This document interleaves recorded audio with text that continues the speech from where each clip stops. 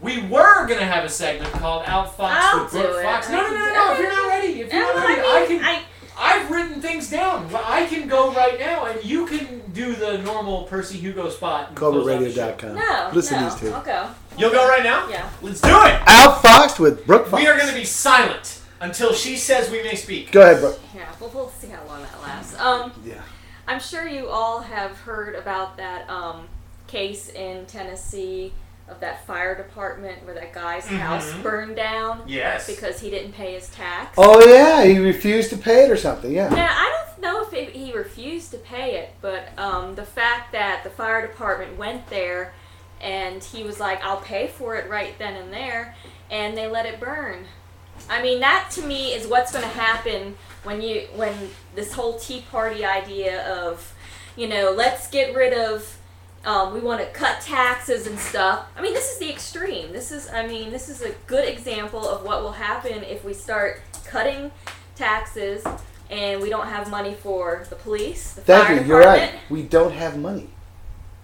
So then we should go ahead and just let people's houses burn down. It's cheaper if he went ahead and they let him pay it then, and so make him suffer more because No, you should have let him pay it. Okay.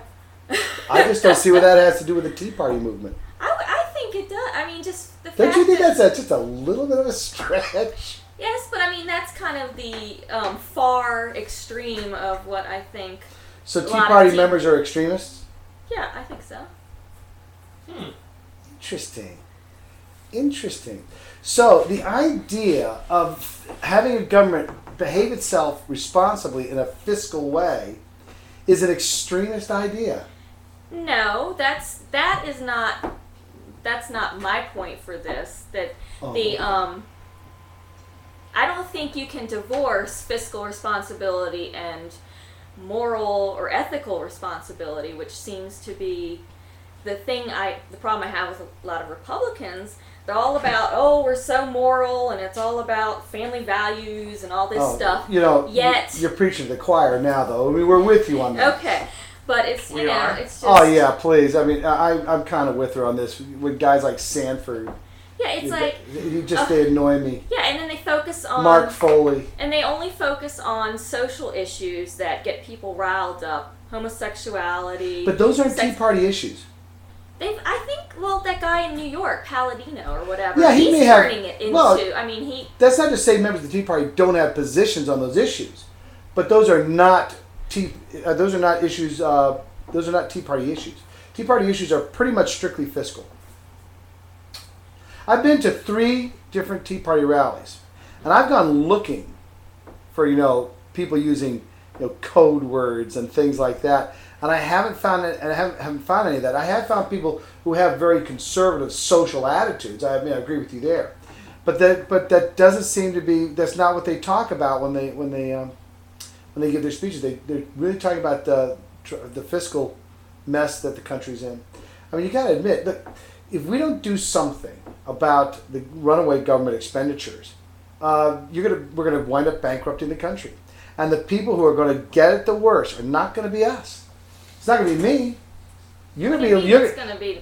It won't be us. You guys will still be alive when I'm dead and gone. I got to tell you the truth, Brooke. You're not part of my generation, and I blame most of the problems in this country with my generation. We have, without doubt, the most self-centered, spoiled, egotistical group of people that have ever lived in this country. And I want to apologize officially to you now when you're eating cat food.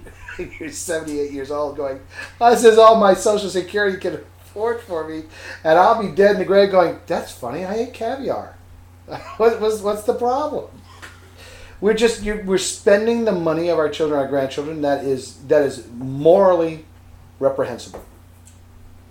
But I also think of it I was thinking about this. Go ahead. The idea of the concern about the future, our children, and how it's going to affect them, this whole fiscal thing. But also, it doesn't take into account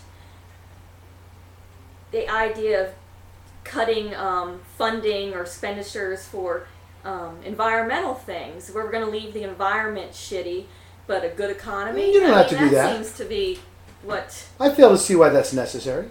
I don't think the two are necessarily mutually exclusive. You can leave environmental laws in the books that require that you don't litter, that you clean up after yourself, you maintain a fund for an industry that might potentially create environmental hazards. You don't. That's their expenditure, not ours. I kind of challenge the premise of that, and this is not to knock you or liberal philosophy at all, but if you follow a business like, let's say, the logging industry, right? If the logging industry cut down all the trees, it's out of business. In the Reagan era, the logging industry reached near self-sustaining, meaning they were planting a tree for every tree they cut down. Actually, they're planting several trees. There are still more trees than people in this country by a significant margin. For certain industries, and actually for most industries, destroying the environment around them for like physical industries such as the oil industry, the logging industry, heavy manufacturing, destroying the environment around them is actually detrimental to that business. So I understand if you want to put in laws to say don't litter, and you can't dump toxic sludge into Charleston Harbor. I understand, but if you want to cut down trees on public lands, you have to replace them. Sure. So many trees planted. But there's no problem with that. That's their expense. I think that the business itself is going to be, the initiative for a business that gets big enough is going to be to sustain whatever environment it operates in. It needs to sustain itself. This is one of the arguments that people said killed the electric car. GM went in and killed the electric car because they knew the electric car would put them out of business. It was kind of the opposite.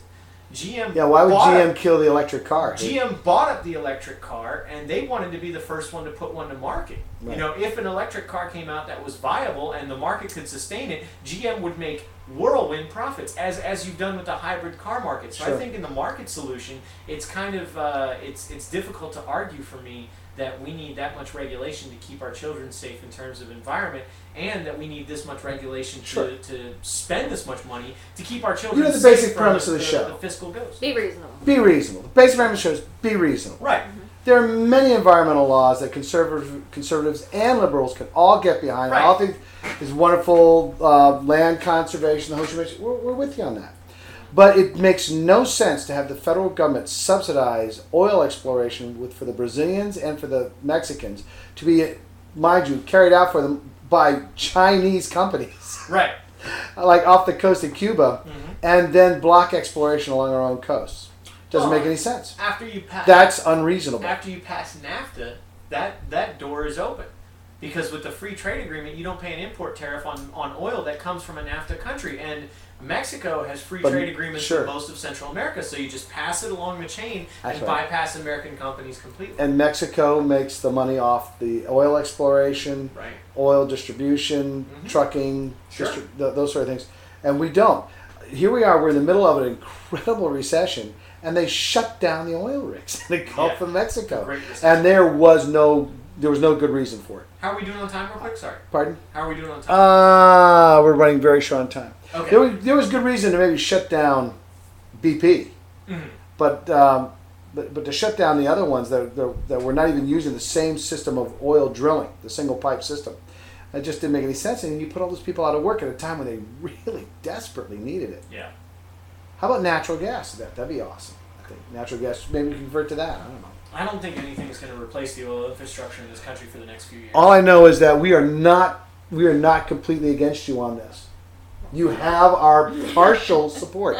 We'll be right back with CoverRadio.com.